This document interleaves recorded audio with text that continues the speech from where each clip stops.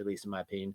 The Las Vegas Raiders, highlighted, of course, by none other than Ashton Genty, followed by Jack Beck, Darian Porter, Caleb Rogers, Charles Grant, Deontay Thornton, Tonka Hemingway, J.J. Peggs, Tommy Malo, Cam Miller, and Cody Lindbergh. A busy but very, very eventful draft for the Las Vegas Raiders, now led by Pete Carroll.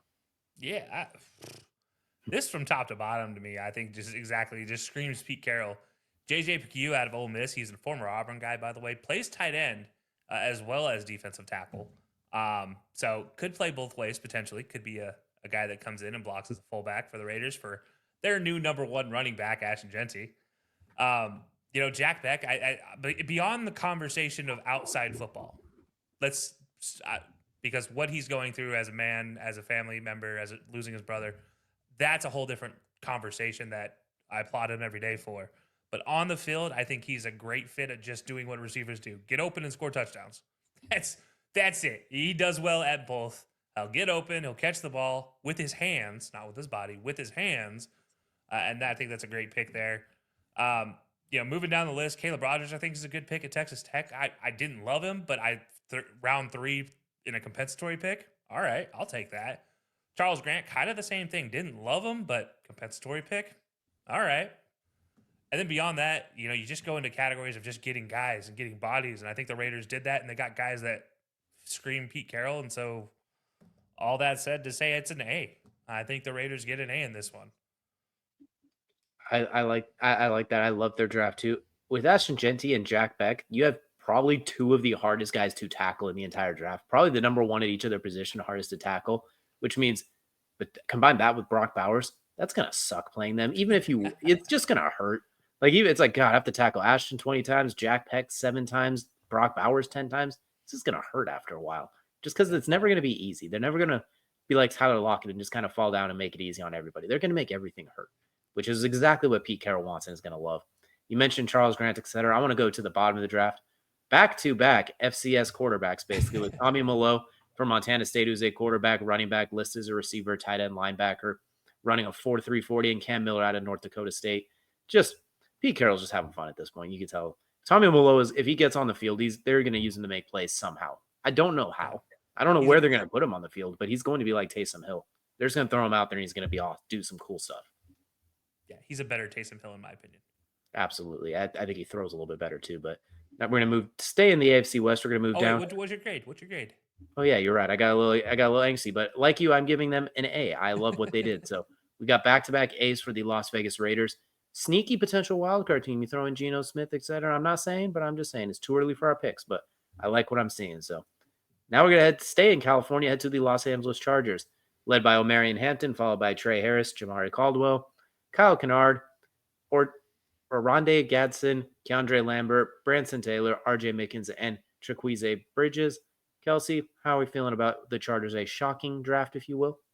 No, I don't mind it. The running backs, the running back, I should say, in Omarion Hampton maybe is a little shocking. But I didn't hate it at all. I thought it fit. It was everything that if you just talk about screaming Pete Carroll, this screams Jim Harbaugh. This screams a Harbaugh offense. But then he went and got a wide receiver in Trey Harris, which is the complete opposite of what I was expecting him to do, in a quick, fast, get open, catch the ball with his hands, and make a move upfield type of receiver. I think he screams an absolute opportunity there.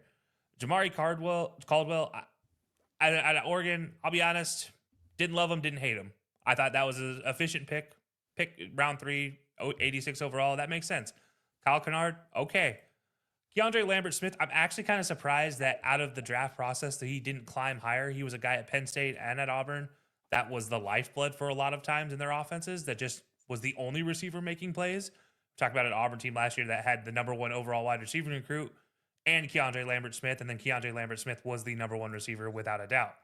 And he just dominated a lot of teams. So he's another guy that just gets open, makes plays down the field, mid-range, mid-level, that 10 to 15 yard, 20-yard type of position. Hopefully it becomes a weapon for Justin Herbert, and same thing for Rondé Gadsden. So overall, I think for the Chargers, I gave them a B. It was actually a B-, but that's just because I didn't love some of their picks. I didn't hate their picks, but I also was just like, oh, whatever. But then the other picks, I was like, yeah, okay.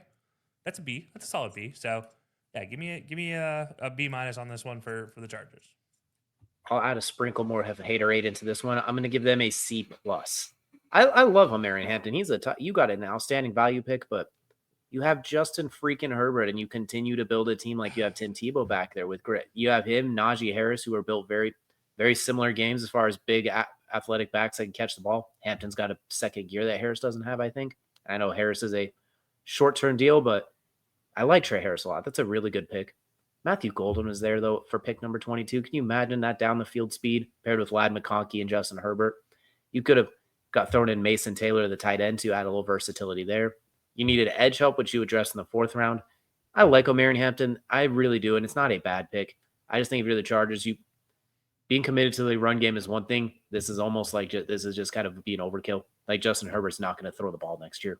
He's going to throw one interception all season, which will be great, but it'll be on 100 pass attempts. So I'm going to give it a C because I still think they're missing an element in dynamicism in their offense. Trey Harris might be able to fill that. I think he's still very good. I would have just preferred not running back with your first round pick, honestly. As awesome as Omarion Hampton is, and he probably should have been off the board already. I think it'd been better for them if he was. But alas, here we are. So I'm gonna give them a C plus. So it's just gonna miss the A mark or the B mark, excuse me. Next, we're gonna head to the Denver Broncos, the team that's well ahead of schedule compared to where they were supposed to be. Where we look, they are now. They are still paying Russell Wilson, but you couldn't tell by watching them play. Starting things off with Jedi Barron, then R.J. Harvey, Pat Bryant, Savion Jones, Q Robinson, Jeremy Crawshaw, and Caleb Lohner. Kelcey, is this a loner A or is this a how are you feeling about this one? Yeah, the Broncos. Look, I didn't hate anything. I loved Jade Barron, but I didn't hate anything after that. But I didn't love it everything after that. So again, this kind of goes B for boring. It was a Sean Payton boring draft. He's getting players in the right places. They may not be the best players across the board, but they're the best players at that time. So yeah, I can't fault him for that. And if they all pan out, it's a great draft. If you don't, well, it stays a C draft because Jade Barron's going to pan out. So yeah, give me Jade Barron as the number one reason why this didn't go any lower, but I think this is a solid B. Jade Barron's awesome. He had no business being here either. Miami really should have taken him. They really should have. Even San Francisco should have taken him. He should have been long gone by now. So getting him here is awesome. It's kind of like what we talked about the Colts getting Tyler Warren. RJ Harvey is awesome. This is something the Chargers should have been trying to do in round 2. Getting RJ Harvey, who's outstanding. That would have been my thought. Pat Bryant, I think, is underratedly good. And Sean Payton said he has a lot of Mike Thomas in him, which might be hopefully the good parts about Mike Thomas, not the bad ones. Savion Jones, Q Robinson, and not to mention they drafted a punter, so that automatically gets them an A in my book. A team like the Broncos, who are so weirdly ahead of schedule, yet they have so few actual holes. Now, good luck throwing on them. Patrick Surtain, Jedi Barron, Riley Moss when healthy. They were hard enough to throw on last year. Oh, Nick Bonito screaming off the edge too. That defense is going to be obnoxious next year. I look forward to it every second. And RJ Harvey is exactly what they needed in the running back room. But now we move on to the defending AFC champions, the Kansas City Chiefs, kicking things off with Josh Simmons, followed by Omar Norman-Lott, Ashton Gallo, Noel Williams, Jalen Royals, Jeffrey Bassett, and Brashard Smith. Kelcey, you did love yourself some Josh Simmons. I did. The fact this man slid to pick 32 is another reason we need to question a lot of these scouts and their ability to grade players. And yes, I am slightly siding with Mel Kiper a little bit in this one where it's at the end of the day, I get it. Each team has their own needs, but how does the guy that leads the number one rushing offense in the nation to a national championship game, despite an injury through much of the season, leaves it, comes back, and is still just as good? How do you let him slide to pick 32? How is he not one of the first offensive tackles off the board? Like, this shocked me that he slid this far. And well, at the end of the draft, I mean, if it wasn't for the Magic Mind, I would have been probably so tired I wouldn't have been able to give a reaction. But when this happened, I was like, what? How did he slide here? It's a great pick for the Chiefs. First of all, everybody who allowed this needs to go to jail, because you shouldn't be allowing the Chiefs another opportunity to get another great tackle to get there to protect Patty. At this point in time, you're going to put the best guards in the world. You're going to put the best offensive line in front of him, and nobody's ever going to be able to touch him. And he's going to play for 20 years like Tom Brady, and we're all going to hate it for 20 years. But I digress. Overall, it was a great first pick. Beyond that, I didn't hate anything, but I didn't love it again.